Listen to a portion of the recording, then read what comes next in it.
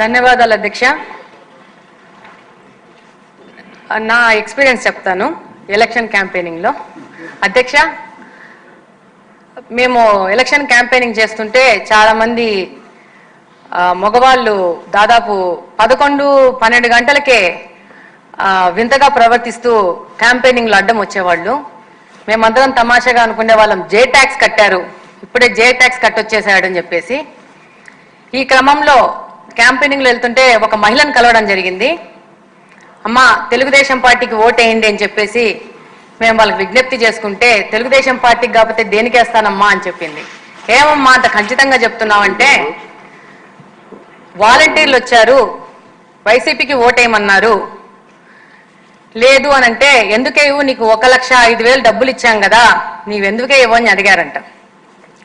నా 1,05,000 సంగతి బాగానే ఉంది, మా ఆయన రోజుకి 300 రూపాయలు తాగుతాడు, అంటే నెలకు 9,000 రూపాయలు, సంవత్సరానికి దాదాపు 1,00,000 రూపాయలు, 5 సంవత్సరాలకి నేను 5 లక్షలు కట్టాను, 1,05,000 రూపాయలు తీసేస్తే బ్యాలెన్స్ నాకు 4,95,000 రూపాయలు ఎవరు కడతారు అని అడగడం జరిగింది.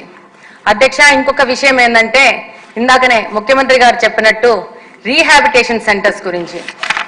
దాదాపు మాకు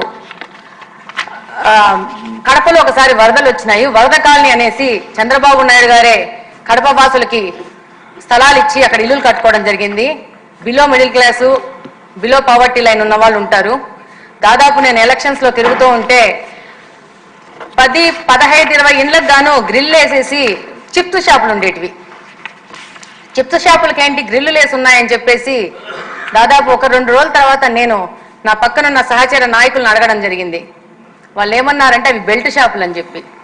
అప్పుడు నేను అడిగాను, బెల్ట్ షాపులు అంటే ఏంటంటే, ఒక టైం అయిపోయినాక ఈ లిక్కర్ అవైలబిలిటీ ఉండదు, పోలీసులు రైడ్ చేస్తారు కాబట్టి ఈ చిప్స్ షాపులు కింద ఈ యొక్క లిక్కర్ని సప్లై చేస్తున్నారు అని చెప్పి.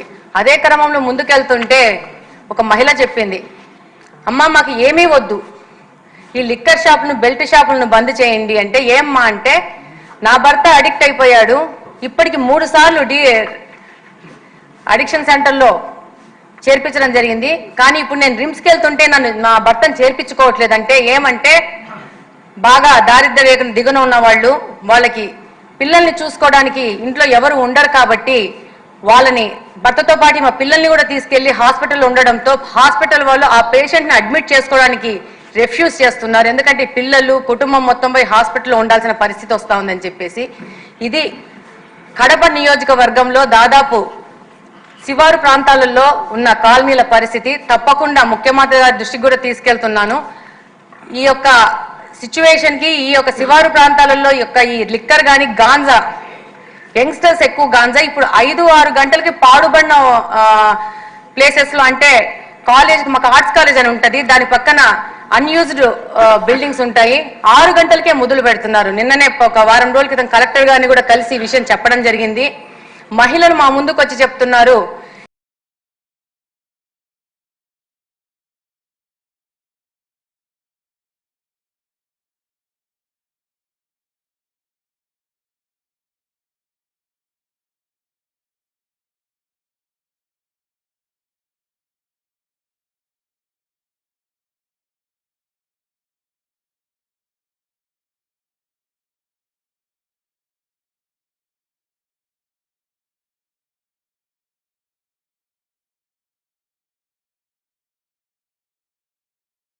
వినియోగించి సీసీ కెమెరాలు పెట్టడం జరిగింది.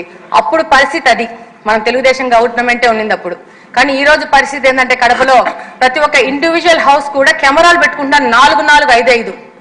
ఎందుకు అంటే గాంజా సేకరించి ఈ యొక్క మత్తు పదార్థాలకు బానిసలైన వాళ్ళు వచ్చి ఇళ్లలో అటాక్ చేస్తున్నారు. ఈ బైకులలో వచ్చే పెట్రోల్ని తీసుకొని గుడ్డకు నానబెట్టేసి అది స్మెల్ చూసుకుంటారంట. అంతే బైకులు చోరీ చేస్తున్నారు.